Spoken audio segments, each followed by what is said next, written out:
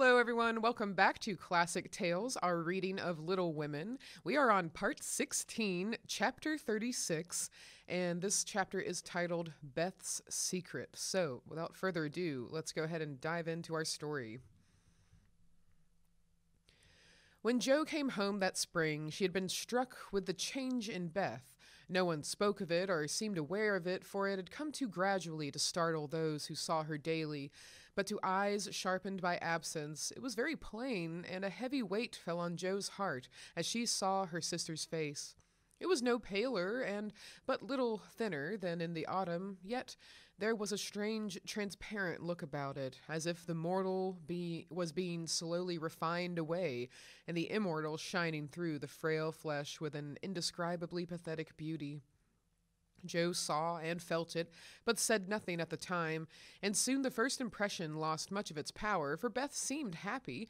No one appeared to doubt that she was better, and presently in other cares Jo for a time forgot her fear. But when Laurie was gone and peace prevailed again, the vague anxiety returned and haunted her. She had confessed her sins and had been forgiven, but when she showed her savings and proposed a mountain trip, Beth had thanked her heartily, but begged not to go so far away from home. Another little visit to the seashore would suit her better, and as Grandma could not be prevailed upon to leave the babies, Jo took Beth down to the quiet place where she could live much in the open air, and let the fresh sea breezes blow a little color into her pale cheeks.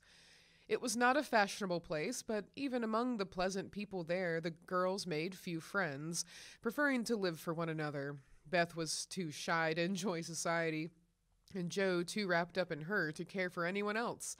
So they were all in all to each other, and came and went quite unconscious of the interest they excited in those about them, who watched with sympathetic eyes the strong sister and the feeble one, always together, as if they felt instinctively that a long separation was not far away. They did feel it, yet neither spoke of it, for often between ourselves and those nearest and dearest to us, there exists a reserve which it is very hard to overcome.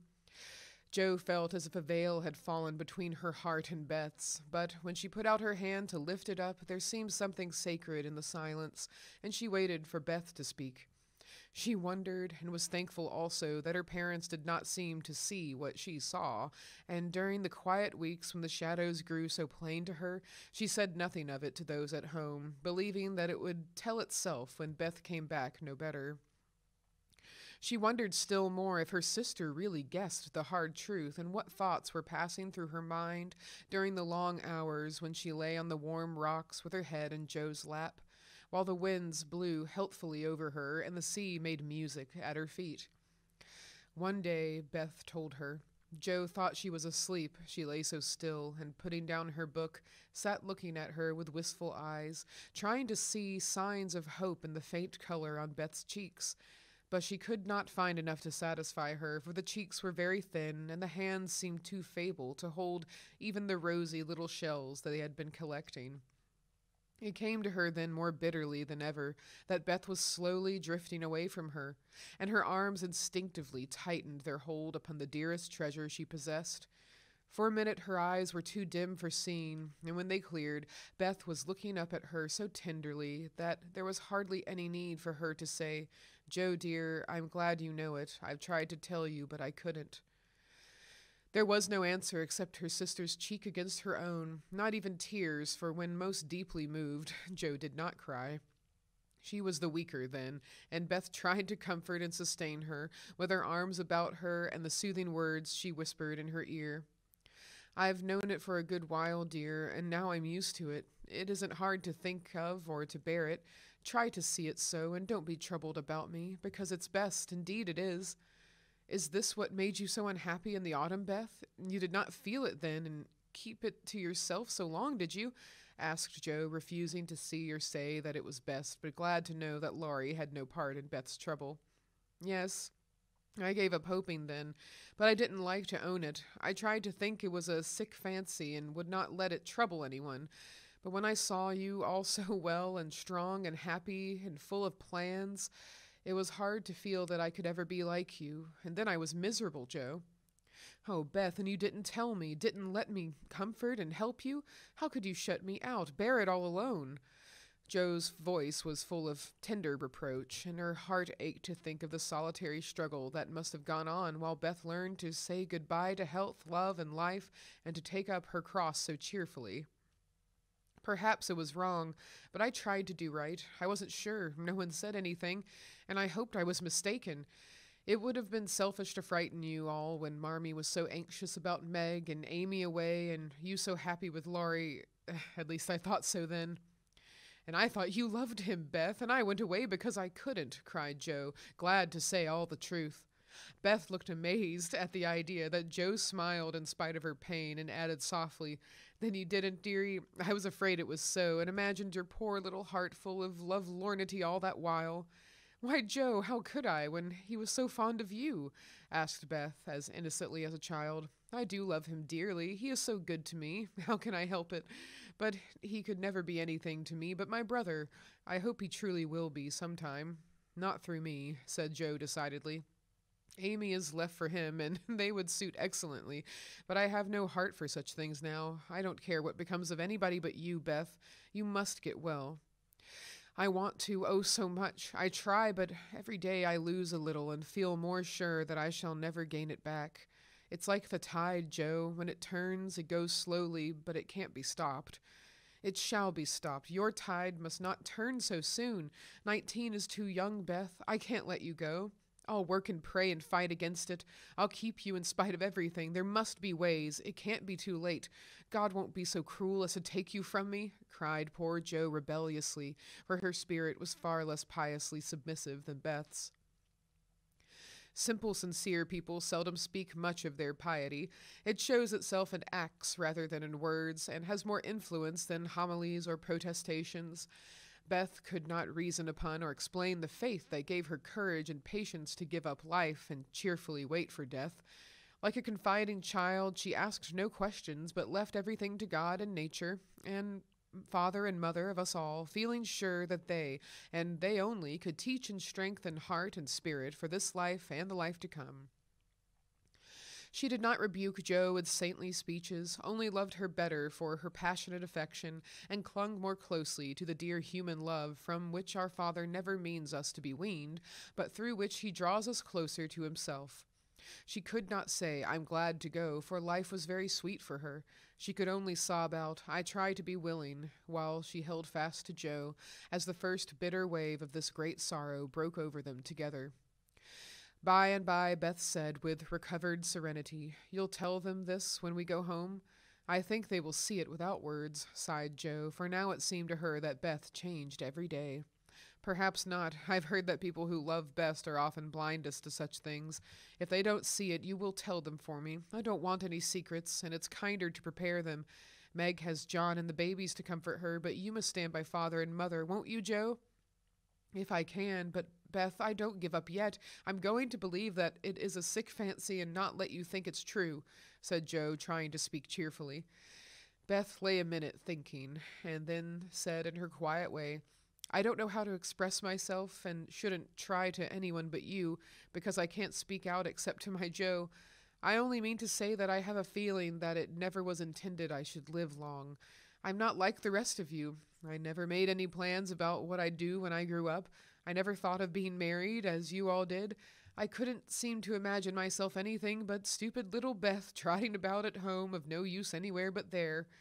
I never wanted to go away, and the hard part now is the leaving you all.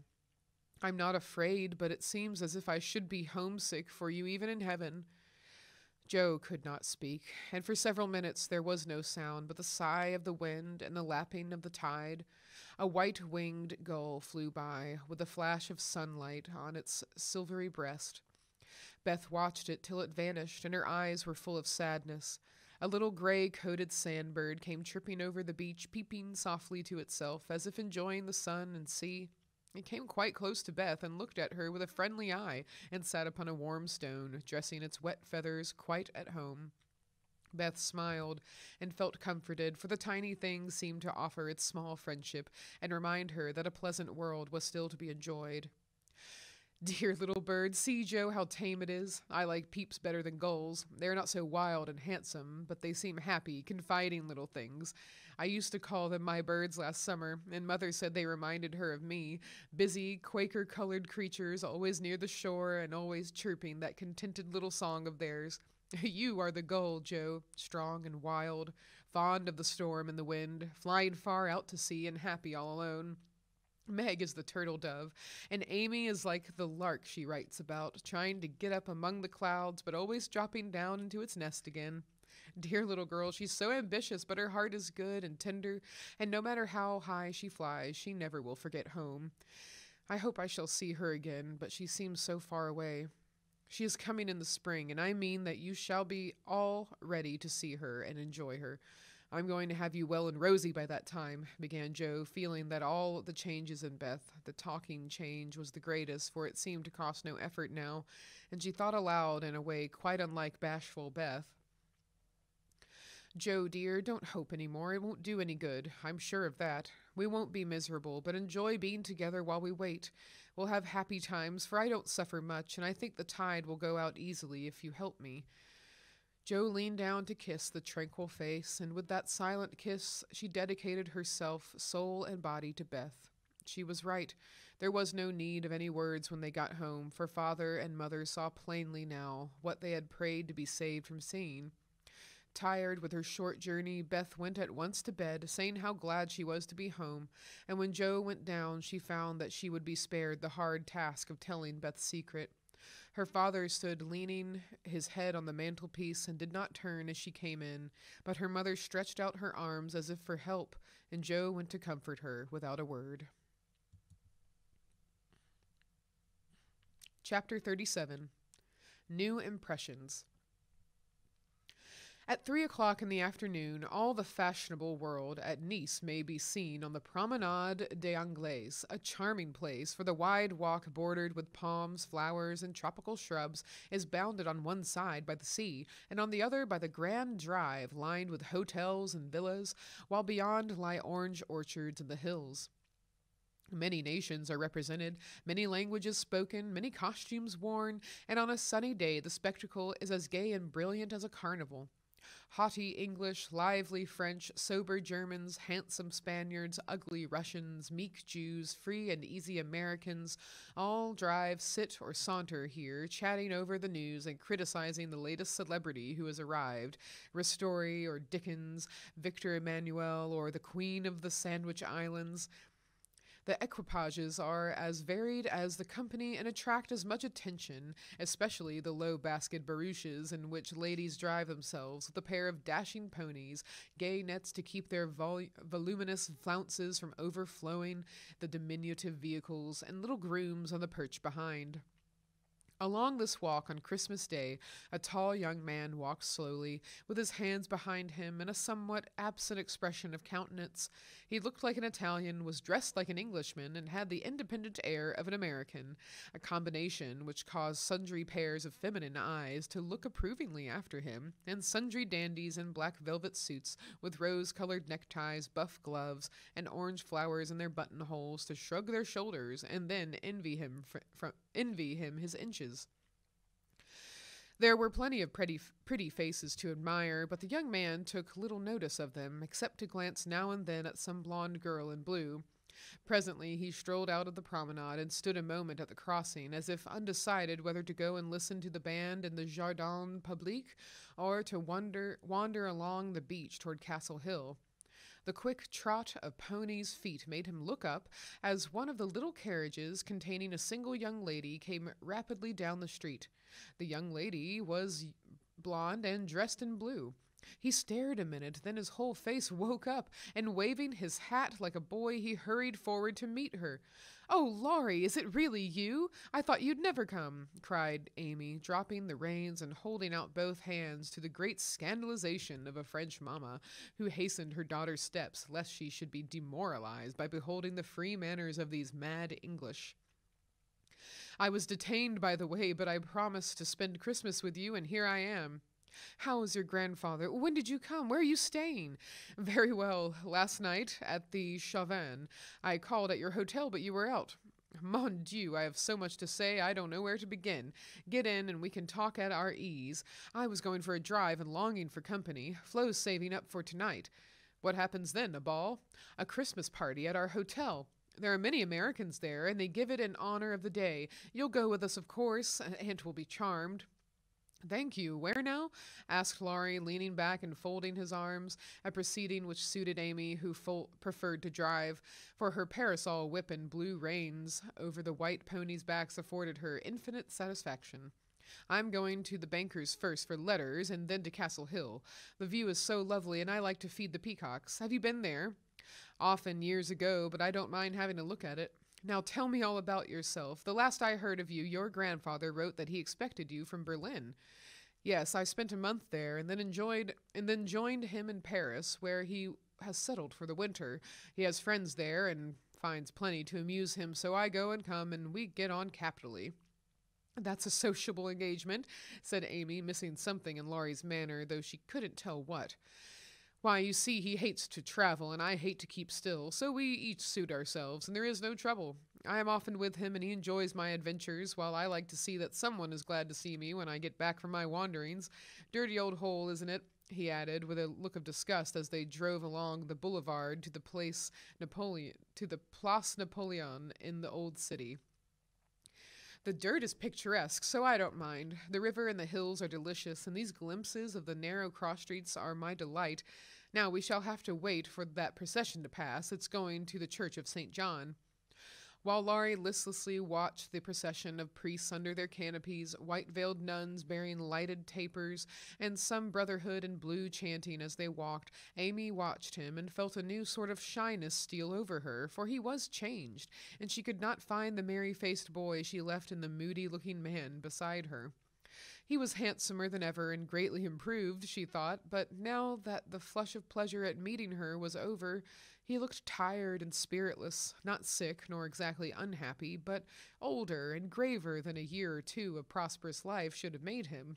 She couldn't understand it and did not venture to ask questions, so she shook her head and touched up her ponies as the procession wound away across the arches of the Paglioni Bridge and vanished in the church.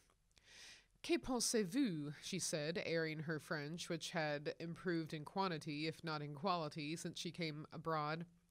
That mademoiselle has made good use of her time, and the result is charming, replied Laurie, bowing his hand on his heart, an admiring look. She blushed with pleasure, but somehow the compliment did not satisfy her, like the blunt praises he used to give her at home, when he promenaded round her on festival occasions and told her she was altogether jolly, with a hearty smile and an approving pat on the head. She didn't like the new tone, for though not blasé, it sounded indifferent in spite of the look. If that's the way he's going to grow up, I wish he'd stay a boy, she thought, with a curious sense of disappointment and discomfort, trying meantime to seem quite easy and gay. At Avigdor she found the precious home letters, and, giving the reins to Laurie, read them luxuriously as they wound up the shady road between green hedges, where tea roses bloomed as freshly as in June. Beth is very poorly, Mother says. I often think I ought to go home, but they all say stay. So I do, for I shall never have another chance like this, said Amy, looking sober over one page.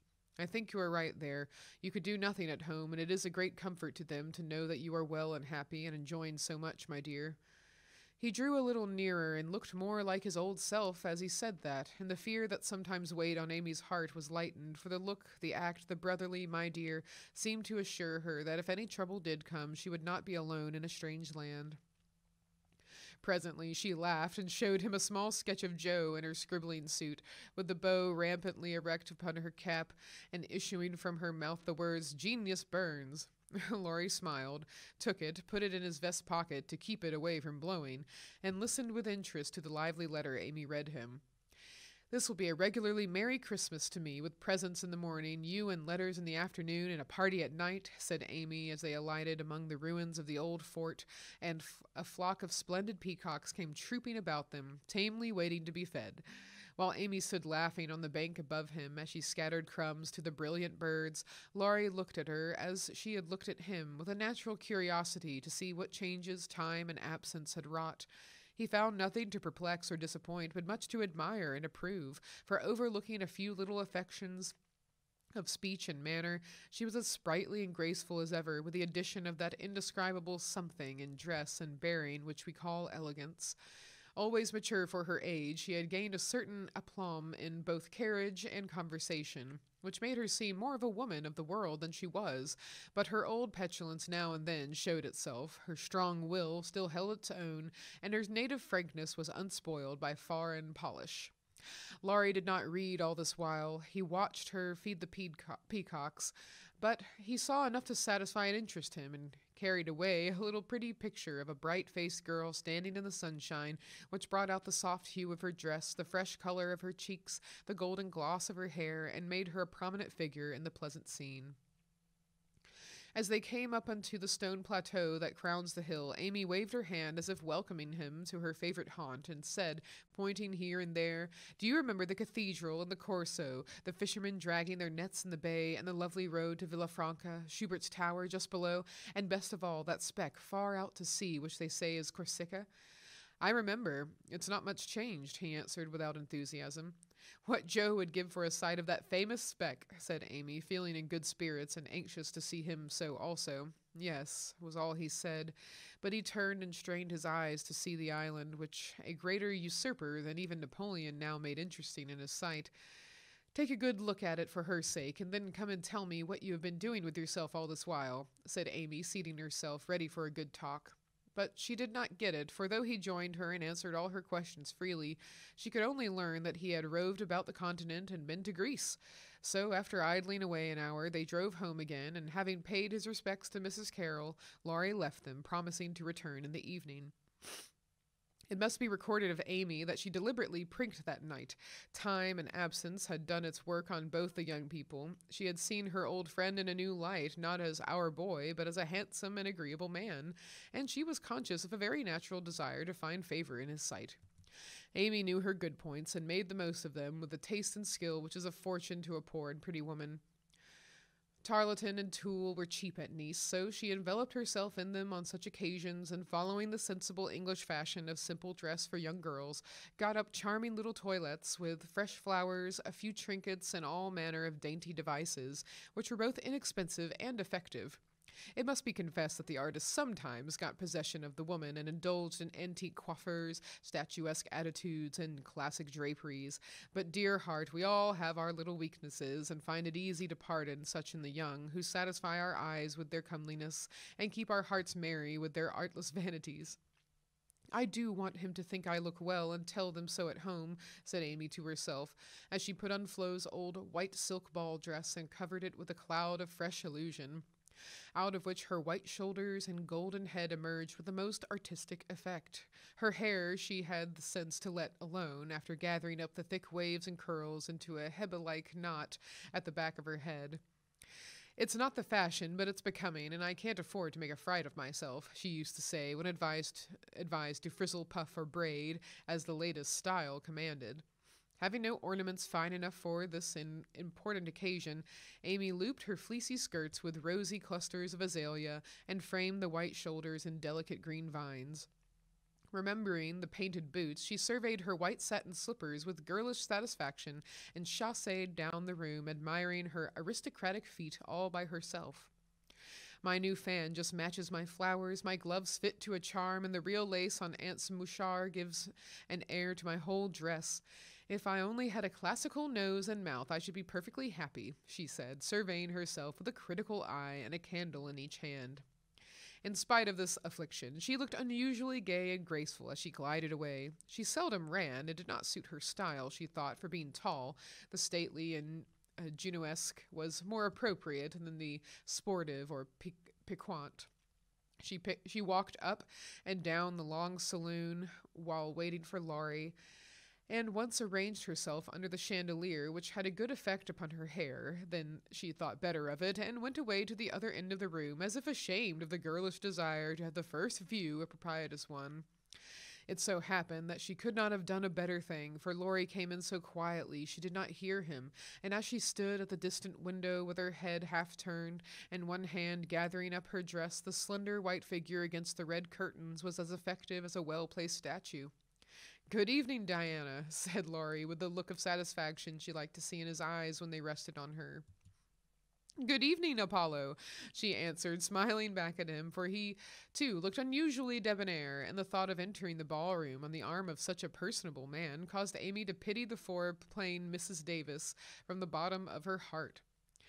Here are your flowers. I arranged them myself, remembering that you didn't like what Hannah calls a saute bouquet, said Laurie, handing her a delicate nosegay and in a holder that she had long coveted as she daily passed it in Cardiglia's window. How kind you are, she exclaimed gratefully. If I'd known you were coming, I'd have something ready for you today, though not as pretty as this, I'm afraid. Thank you. It isn't what it should be, but you have improved it, he added, as she snapped the silver bracelet on her wrist. Oh, please don't. I thought you liked that sort of thing. Not from you. It doesn't sound natural, and I like your old bluntness better. I'm glad of it, he answered with a look of relief, then buttoned her gloves for her and asked if his tie was straight, just as he used to do when they went to parties together at home. The company assembled in the long salle à manger that evening was such as one sees nowhere but on the continent. The hospitable Americans had invited every acquaintance they had in Nice, and having no prejudice against titles, secured a few to add luster to their Christmas ball. A Russian prince condescended to sit in a corner for an hour and talk with a massive lady dressed like Hamlet's mother in black velvet with a pearl bridle under her chin. A Polish count, aged 18, devoted himself to the ladies, who pronounced him a fascinating dear, and a German serene something, having come to supper alone, roamed vaguely about, seeking what he might devour. Baron Rothschild's private secretary, a large-nosed Jew in tight boots, affably beamed upon the world, as if his master's name crowned him with a golden halo. A stout Frenchman who knew the emperor came to indulge his mania for dancing, and Lady de Jones, a British matron, adorned the scene with her little family of 8. Of course, there were many light-footed, shrill-voiced American girls, handsome, lifeless-looking English ditto, and a few plain but piquant French demoiselles, likewise the usual set of traveling young gentlemen who disported themselves gaily, while mammas of all nations lined the walls and smiled upon them benignly when they danced with their daughters. Any young girl can imagine Amy's state of mind when she took the stage that night, leaning on Laurie's arm. She knew she looked well. She loved to dance. She felt that her foot was on her native health in a ballroom, and enjoyed the delightful sense of power which comes when young girls first discover the new and lovely kingdom they are born to rule by virtue of beauty, youth, and womanhood. She did pity the Davis girls, who were awkward, plain, and destitute of escort, except a grim papa and 3 grimmer maiden aunts, and she bowed to them in her friendliest manner as she passed, which was good of her, as it permitted them to see her dress, and burn with curiosity to know who her distinguished-looking friend might be. With the first burst of the band, Amy's color rose, her eyes began to sparkle, and her feet to tap the floor impatiently, for she danced well and wanted Laurie to know it. Therefore, the shock she received can be better imagined than described when he said in a perfectly tranquil tone, "Do you care to dance?" "One usually does at a ball." Her amazed look and quick answer caused Laurie to repair his error as fast as possible. "I meant the first dance. May I have the honor?" "I can give you one if I put off the Count. He dances divinely, but he will excuse me, as you are an old friend," said Amy, hoping that the name would have a good effect and show Laurie that she was not to be trifled with. Nice little boy, but rather a short pole to support the steps of. A daughter of the gods, divinely tall and most divinely fair, was all the satisfaction she got, however. The set in which they found themselves was composed of English, and Amy was compelled to walk decorously through a cotillion, feeling all the while as if she could dance the tarantella with relish. Laurie resigned her to the nice little boy, and went to do his duty to Flo, without securing Amy for the joys to come, which reprehensible want of forethought was properly punished, for she immediately engaged herself till supper, meaning to relent if he then gave any signs of penitence. She showed him her ball book with demure satisfaction when he strolled instead of rushed up to claim her for the next, a glorious polka redowa. But his polite regrets didn't impose upon her, and when she galloped away with the Count, she saw Laurie sit down by her aunt with an expression of relief. That was unpardonable, and Amy took no more notice of him for a long while, except a word now and then when she came to her chaperone between the dances for a necessary pin or a moment's rest. Her anger had a good effect, however, for she hid it under a smiling face and seemed unusually blithe and brilliant. Laurie's eyes followed her with pleasure, for she neither romped nor sauntered, but danced with a spirit and grace, making the delightsome pastime what it should be. He very naturally fell to studying her from this new point of view, and before the evening was half over had decided that little Amy was going to make a very charming woman. It was a lively scene, for soon the spirit of the social season took possession of everyone, and Christmas merriment made all faces shine, hearts happy, and heels light. The musicians fiddled, tooted, and banged as if they enjoyed it. Everybody danced who could, and those who couldn't admired their neighbors with uncommon warmth. The air was dark with Davises, and Minnie Joneses gamboled like a flock of young giraffes. The golden secretary darted through the room like a meteor, with a dashing Frenchwoman who carpeted the floor with her pink satin train. The serene Touton found the supper table and was happy, eating steadily through the bill of fare, and dismayed the garçons by the ravages he committed.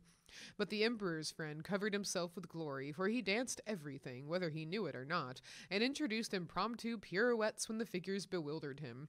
The boyish abandon of that stout man was charming to behold, for though he carried weight, he danced like an India rubber ball. He ran, he flew, he pranced, his face glowed, his bald head shone, his coat-tails waved wildly, his pumps actually twinkled in the air, and when the music stopped, he wiped the drops from his brow and beamed upon his fellow men like a French Pickwick without glasses. Amy and her pole distinguished themselves by equal enthusiasm, but more graceful agility, and Laurie found himself involuntarily keeping time to the rhythmic rise and fall of the white slippers as they flew by as indefatigably as if winged. When little Vladimir finally relinquished her, with assurances that he was desolated to leave so early, she was ready to rest and see how her recreant knight had borne his punishment. It had been successful, for 23 blighted affections find a balm in friendly society, and young nerves will thrill, young blood dance, and healthy young spirits rise when subjected to the enchantment of beauty, light, music, and motion. Laurie had a waked-up look as he rose to give her his seat, and when he hurried away to bring her some supper, she said to herself with a satisfied smile, "Ah, I thought that would do him good." "You look like Balzac's femme Piant par elle-même," he said, as he fanned her with one hand and held her coffee cup in the other. "My rouge won't come off," and Amy rubbed her brilliant cheek and showed him her white glove with a sober simplicity that made him laugh outright. "What do you call this stuff?" he asked, touching a fold of her dress that had blown over his knee. "Illusion. Good name for it. It's very pretty. New thing, isn't it?" "It's as old as the hills. You've seen it on dozens of girls, and you never found out that it was pretty till now, stupide. I never saw it on you before, which accounts for the mistake, you see." "None of that. It is forbidden. I'd rather take coffee than compliments just now." "No, don't lounge. It makes me nervous." Laurie sat bolt upright and meekly took her empty plate, feeling an odd sort of pleasure in having little Amy order him about, for she had lost her shyness now, and felt an irresistible desire to trample on him, as girls have a delightful way of doing when lords of creation show any signs of subjection. Where did you learn all this sort of thing?" he asked with a quizzical look. "As this sort of thing is rather a vague expression, would you kindly explain?" returned Amy, knowing perfectly well what he meant, but wickedly leaving him to describe what is indescribable. "Well, the general air, the style, the self-possession, the illusion, you know," laughed Laurie, breaking down and helping himself out of his quandary with the new word. Amy was gratified, but of course didn't show it, and demurely answered, "Foreign life polishes one in spite of oneself. I study as well as play, and as for this," with a little gesture toward her dress, "my tool is cheap, posies to be had for nothing, and I am used to making the most of my poor little things."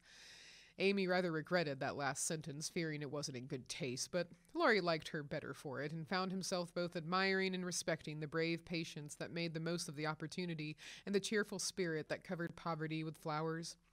Amy did not know why he looked at her so kindly, nor why he filled up her book with his own name, and devoted himself to her for the rest of the evening in the most delightful manner, but the impulse that wrought this agreeable change was the result of one of the new impressions which both of them were unconsciously giving and receiving.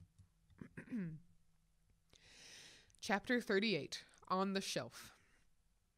In France, the young girls have a dull time of it till they are married. Then Vive la Liberté becomes their motto. In America, everyone knows, girls early sign the Declaration of Independence and enjoy their freedom with Republican zest.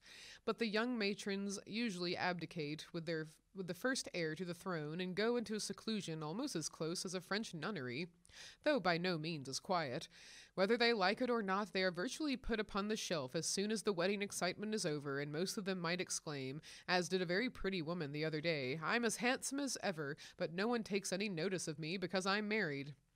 Not being a belle or even a fashionable lady, Meg did not experience this affliction till her babies were a year old, for in her little world primitive customs prevailed, and she found herself more admired and beloved than ever. As she was a womanly little woman, the maternal instinct was very strong, and she was entirely absorbed in her children, to utter exclusion of everything and everybody else. Day and night she brooded over them with tireless devotion and anxiety, leaving John to the tender mercies of the help, for an Irish lady now presided over the kitchen department. Being a domestic man, John decidedly missed the wifely attentions he had been accustomed to receive, but as he adored his babies, he cheerfully relinquished his comfort for a time, supposing with masculine ignorance that peace would soon be restored. But 3 months passed, and there was no return of repose. Meg looked worn and nervous. The babies absorbed every minute of her time. The house was neglected, and Kitty, the cook, who took life easy, kept him on short commons. When he went out in the morning, he was bewildered by small commissions for the captive mamma. If he came gaily in at night, eager to embrace his family, he was quenched by a hush. They are just asleep after worrying all day. If he proposed a little amusement at home, no, it would disturb the babies. If he hinted at a lecture or a concert, he was answered with a reproachful look and a decided, "Leave my children for pleasure, never." His sleep was broken by infant wails and visions of a phantom figure pacing noiselessly to and fro in the watches of the night. His meals were interrupted by the frequent flight of the presiding genius, who deserted him, half-helped, if a muffled chirp sounded from the nest above. And when he read his paper of an evening, Demi's colic got into the shipping list, and Daisy's fall affected the price of stocks, for Mrs. Brooke was only interested in domestic news. The poor man was very uncomfortable, for the children had bereft him of his wife. Home was merely a nursery, and the perpetual hushing made him feel like a brutal intruder whenever he entered the sacred precincts of Babyland. He bore it very patiently for 6 months, and when no signs of amendment appeared, he did what other paternal exiles do, tried to get a little comfort elsewhere. Scott had married and gone to housekeeping not far off, and John fell into the way of running over for an hour or two an evening when his own parlor was empty and his own wife singing lullabies that seemed to have no end. Mrs. Scott was a lively, pretty girl with nothing to do but be agreeable, and she performed her mission most successfully. The parlor was always bright and attractive, the chessboard ready, the piano in tune, plenty of gay gossip, and a nice little supper set forth in tempting style. John would have preferred his own fireside if it had not been so lonely, but as it was, he gratefully took the next best thing and enjoyed his neighbor's society. Meg rather approved of the new arrangement at first, and found it a relief to know that John was having a good time instead of dozing in the parlor or tramping about the house and waking the children. But by and by, when the teething worry was over and the idols went to sleep at proper hours, leaving Mamma time to rest, she began to miss John and find her work-basket dull company when he was not sitting opposite in his own dressing gown, comfortably scorching his slippers on the fender. She would not ask him to stay at home, but felt injured because he did not know that she wanted him without being told, entirely forgetting the many evenings he had waited for her in vain. She was nervous and worn out with watching and worry, and in that unreasonable frame of mind which the best of mothers occasionally experience when domestic cares oppress them. Want of exercise robs them of cheerfulness, and too much devotion to that idol of American women, the teapot, makes them feel as if they were all nerve and no muscle. "Yes," she would say, looking in the glass, "I'm getting old and ugly. John doesn't find me interesting any longer, so he leaves his faded wife and goes to see his pretty neighbor, who has no encumbrances. Well, the babies love me. They don't care if I am thin and pale and haven't time to crimp my hair. They are my comfort, and someday John will see what I've gladly sacrificed for them, won't he, my precious?" To which pathetic appeal Daisy would answer with a coo, or Demi with a crow, and Meg would put by her lamentations for maternal revel, which soothed her solitude for the time being. But the pain increased as politics absorbed John, who was always running over to discuss interesting points with Scott, quite unconscious that Meg missed him. Not a word did she say, however, till her mother found her in tears one day and insisted on knowing what the matter was, for Meg's drooping spirits had not escaped her observation. I wouldn't tell anyone except you, Mother, but I really do need advice, for if John goes on much longer I might as well be widowed, replied Mrs. Brooke, drying her tears on Daisy's bib with an injured air.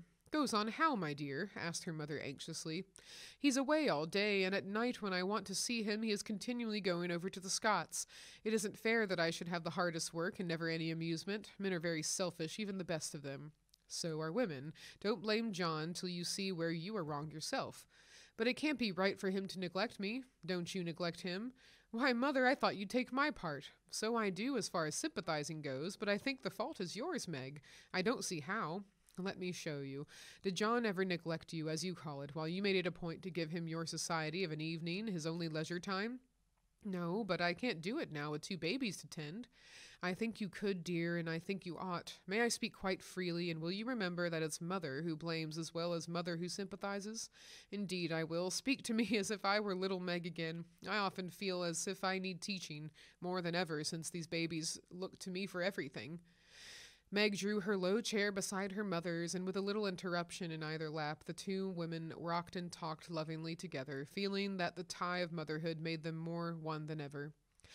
You have only made the mistake that most young wives make, forgotten your duty to your husband and your love for your children.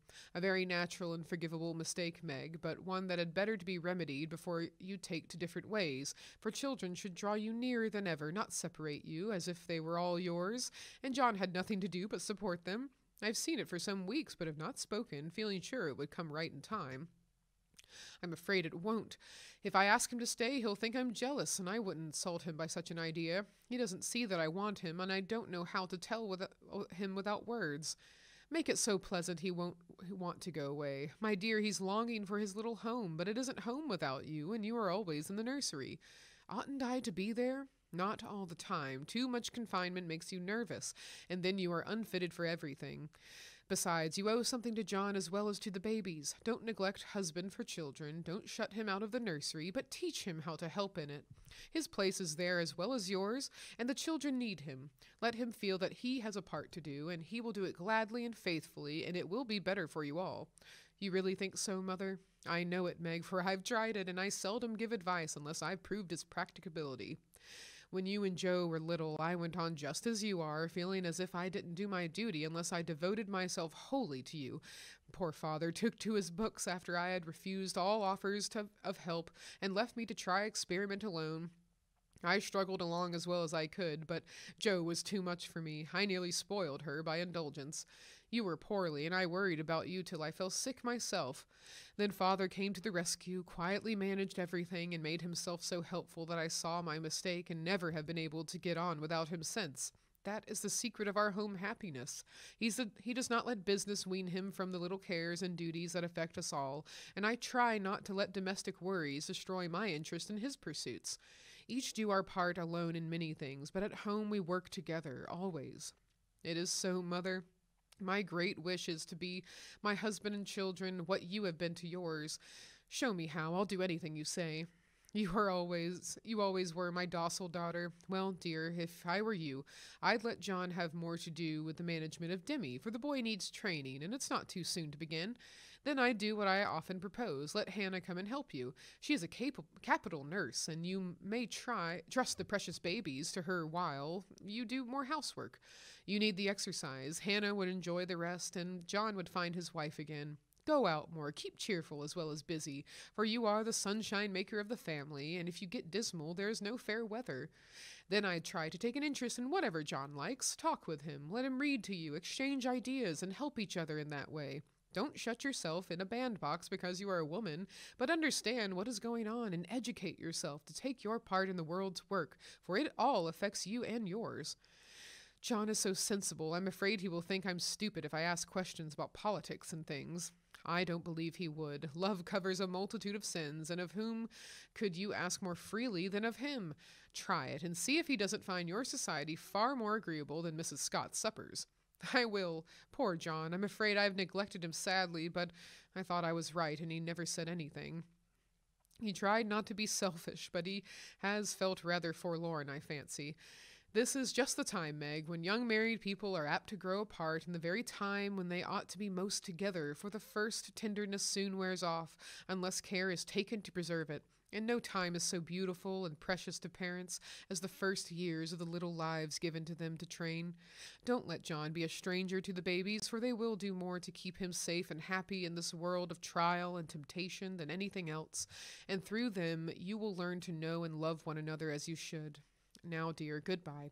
Think over Mother's preachment, and act upon it if it seems good, and God bless you all. Meg did think it over, found it good, and acted upon it, though the first attempt was not made exactly as she planned to have it. Of course, the children tyrannized over her and ruled the house as soon as they found out that kicking and squalling brought them whatever they wanted.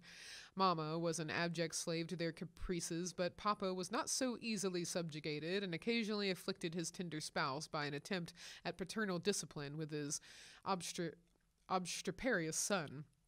For Demi inherited a trifle of his sire's firmness of character, we won't call it obstinacy, and when he made up his little mind to have or do anything, all the king's horses and all the king's men could not change that pertinacious little mind. Mamma thought the dear too young to be taught to conquer his prejudices, but Papa believed that it was never too soon to learn obedience. So Master Demi was early discovered that when undertook to wrestle with Papa, he always got the worst of it, yet like the Englishman, baby respected the man who conquered him and loved the father whose grave no was more impressive than all Mamma's love pats. A few days after the talk with her mother, Meg resolved to try a social evening with John, so she ordered a nice supper, set the parlor in order, dressed herself prettily, and put the children to bed early, that nothing should interfere with her experiment. But, unfortunately, Demi's most unconquerable prejudice was against going to bed, and that night he decided to go on a rampage. So poor Meg sang and rocked, told stories, and tried every sleep-provoking wile she could devise, but all in vain. The big eyes wouldn't shut, and long after Daisy had gone to Bilo, like the chubby little bunch of good nature she was, naughty Demi laid staring at the light with the most discouragingly wide-awake expression of countenance. "Will Demi lie still like a good boy while Mamma runs down and gives poor Papa his tea?" asked Meg as the hall door softly closed and the well-known step went tiptoeing into the dining room. "Me has tea," said Demi, preparing to join in the revel. "No, but I'll save you some little cakeys for breakfast if you'll go bye-bye like Daisy, will you, lovey?" "Iss," and Demi shut his eyes tight as if to catch sleep and hurry the desired day. Taking advantage of the propitious moment, Meg slipped away and ran down to greet her husband with a smiling face and a little blue bow in her hair, which was his especial admiration. He saw it at once and said with pleased surprise, "Why, little mother, how gay we are tonight. Do you expect company?" "Only you, dear." "Is it a birthday, anniversary, or anything?" "No, I'm tired of being dowdy, so I dressed up as a change. You always make yourself nice for table, no matter how tired you are, so why shouldn't I when I have the time?" "I do it out of respect for you, my dear," said old-fashioned John. "Ditto, ditto, Mr. Brooke," laughed Meg, looking young and pretty again, as she nodded to him over the teapot. "Well, it's altogether delightful and like old times. This tastes right. I drink your health, dear." And John sipped his tea with an air of reposeful rapture, which was of a very short duration, however, for as he put down his cup, the door-handle rattled mysteriously, and a little voice was heard, saying impatiently, "Opie doy, me's tummin'." "That's the naughty boy. I told him to go to sleep alone, and here he is, downstairs, getting his death a cold pattering over that canvas," said Meg, answering the call.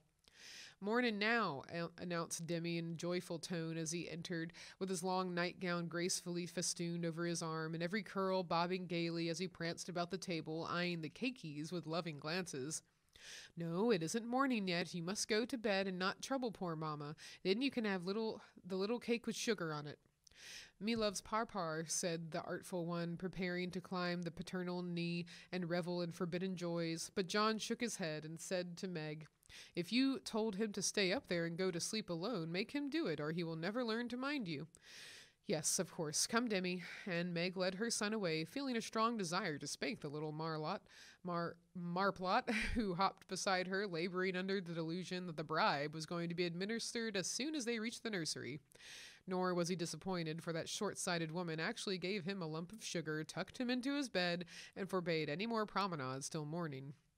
Iss, said Demi the perjured, blissfully sucking his sugar and regarding his first attempt at eminently successful. Meg returned to her place, and supper was progressing pleasantly, when the little ghost walked again and exposed the maternal delinquencies by boldly demanding more suitor, mamar. Now this won't do, said John, hardening his heart against the engaging little sinner. We shall never know any peace till that child learns to go to bed properly. Go to bed properly. You have made a slave of yourself long enough. Give him one lesson, and then there will be the end of it. Put him in his bed and leave him, Meg. He won't stay there. He never does unless I sit by him. I'll manage him. Demi, go upstairs and get into your bed as Mamma bids you. Sant, replied the young rebel, helping himself to the coveted cakey and beginning to eat with the same calm audacity. You must never say that to Papa. I shall carry you if you don't go yourself. Go away, me don't love Papa, and Demi retired to his mother's skirts for protection. But even that refuge proved unavailing, for he was delivered over to the enemy with a "Be gentle with him, John," which struck the culprit with dismay, for when Mamma deserted him, then the judgment day was at hand. Bereft of his cake, defrauded of his frolic, and borne away by a strong hand to that detested bed, poor Demi could not restrain his wrath, but openly defied Papa, and kicked and screamed lustily all the way upstairs. The minute he was put into bed on one side, he rolled onto the other and made for the door, only to be ignominiously caught up by the tail of his little toga and put back again, which lively performance was kept up till the young man's strength gave out, when he devoted himself to roaring at the top of his voice. This vocal exercise usually conquered Meg, but John sat as unmoved as the post which is popularly believed to be deaf.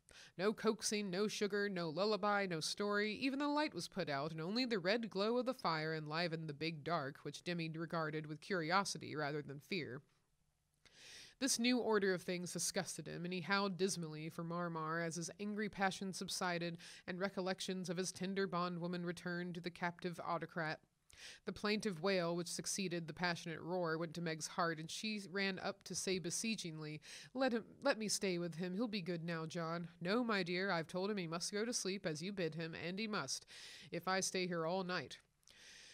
But he'll cry himself sick, pleaded Meg, reproaching herself for deserting her boy. No, he won't. He's so tired he will soon drop off, and then the matter is settled, for he will understand that he has got to mind. Don't interfere. I'll manage him.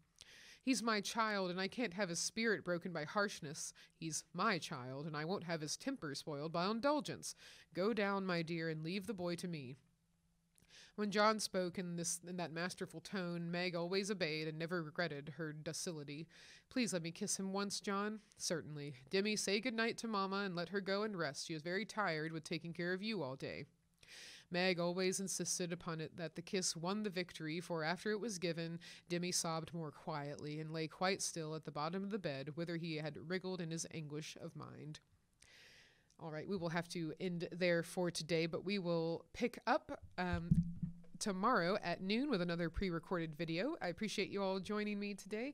And if you are watching this today, the 29th, please join us at 2 p.m. Eastern for Ask a Historian with historian Glenn Kyle. You can get any of your history questions answered live. So that's at 2 p.m. Eastern today, the 29th of July on, this is on YouTube and our Facebook Live. So I hope to see you there. Bye.